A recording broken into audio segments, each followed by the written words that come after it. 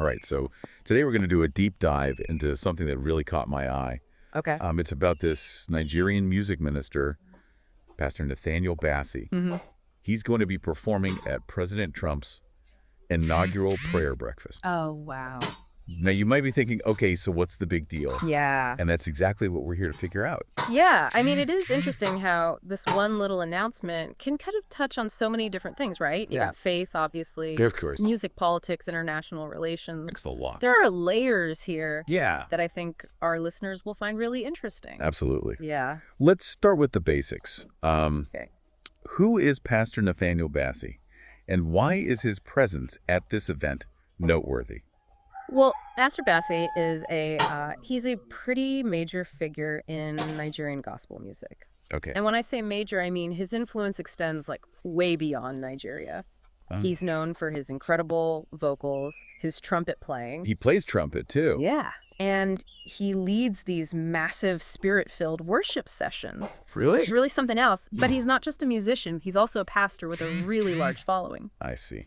So having someone like that participate in a U.S. presidential event is definitely going to turn some heads. I bet, especially at an event as historically significant as the presidential inaugural prayer breakfast. Right.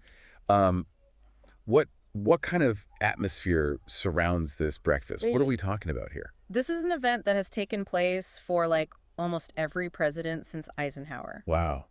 It's meant to be this moment of prayer and reflection for the incoming president and for the nation as a whole. I see. It brings together these political and religious leaders, and it's really seen by many as a symbolic start to the new administration. Yeah. So, yeah, there's a certain weight to it, for sure. It reminds me of how music has always been intertwined with politics. Yeah. You think about protest songs during the civil rights movement or like anthems used at political rallies. Absolutely. Music has a way of connecting with people emotionally. It does. Which makes it really powerful in a political setting. Very powerful. Yeah. And, that brings us to a particularly complex aspect of this whole situation, Pastor Bassey's involvement. Right. What do you think are the possible implications of having a Nigerian minister participating in this very American tradition? Well, on the surface, it seems like a testament to the global reach of gospel music. Yeah.